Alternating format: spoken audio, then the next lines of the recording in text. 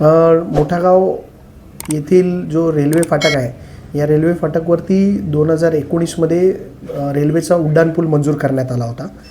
या पुलाला फक्त 2 लेन चा ब्रिज मंजूर करण्यात आला होता, जाण्यासाठी आणि येण्यासाठी 1 लेन.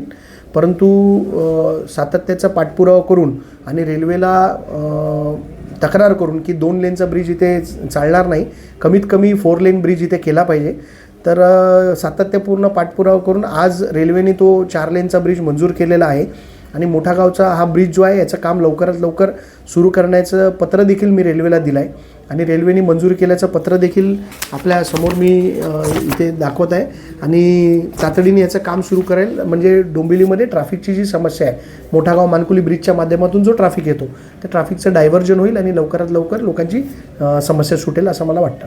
ह्यासाठीचा साधारण किती खर्च आहे आणि तो खर्चाचा भाग कसा उचलला जाणार? हा ब्रिजचा टोटल खर्च 168 करोड रुपीज आहे आणि या ब्रिजचा जो खर्च आहे तो रेल्वे आणि कल्याण डोंबिवली महानगरपालिका हे दोघं तेवढाच खर्च, म्हणजे 30% खर्च कल्याण डोंबिवली महानगरपालिका आणि उर्वरित खर्च हा रेल्वे उचलणार आहे.